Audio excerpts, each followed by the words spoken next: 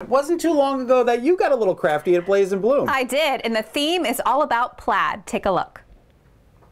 Blaze and Bloom Vintage is mad for plaid, and we're about to learn some festive ways to use it. And the best thing about it is you can find plaid in your closet. I mean, it's not like you have to go out and find it. There's plaid. It could be, you know, a flannel shirt, you know, a blanket, an old blanket, a scarf, pajama pants. Anything you have, you can just cut it up and make beautiful things. So we have some examples. Yep. A little Connecticut ornament, which I feel like people just love the shape of their state. The right? state thing is huge. Yeah. So you can make it for any state, but we're making Connecticut today. Yes. Which the most important thing is to get yourself something to trace. Right. So we have a cookie cutter here, which we're, you know, so happy to have because it's a very easy thing to use. But you can print out the state and you know, cut it out and just use that as a tracing element. Jen cut 2 pieces, plaid for the front and gray felt for the back. Okay, so you just used a flannel shirt, traced it, cut it out, and the backing is just some felt. But there's always this little notch right up here. Yeah, the little notch like up by Granby. Thank you. I'm like, I don't know where it is, but you do have to cut that out. So you just take a little, make a little V in the top, and there you have it. Now the true Connecticut. Now it's really Connecticut. Time to sew. Jen is using bakery twine, but any embroidery thread will do.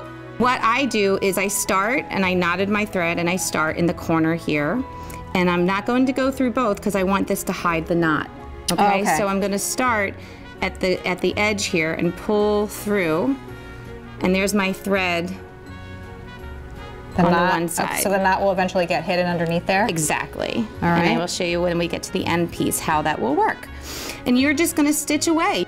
Go all the way around, and towards the end, leave a little space to stuff it. As you can see, it's like a little flap that opens up here. Now here's my favorite. Everyone's like, what are you gonna stuff it with? I'm like, well, I have all these scraps, right? From everything I just cut up. Why not use those? And you wanna try to push it all the way in. So don't forget the boot. Near Greenwich.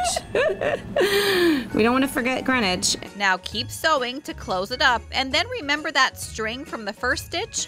So I'm going to take this piece here and tie the 2 pieces together to finish it. And then I'm going to just trim those little edges that are hanging out.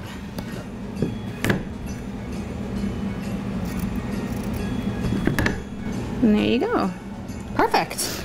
Last, add a felt heart. Now these are kind of big hearts, so if you just love Connecticut, you can just love it in the middle if you want.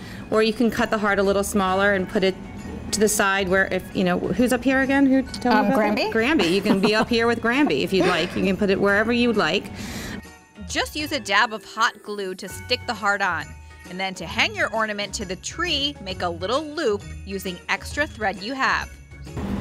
And there you have it. That is perfect. A little knot on top, and then you can just hang it right on your tree. Yeah. I absolutely love this. Love it. It's so much fun, and like I said, so personal. Nice work, Melissa. Thank you.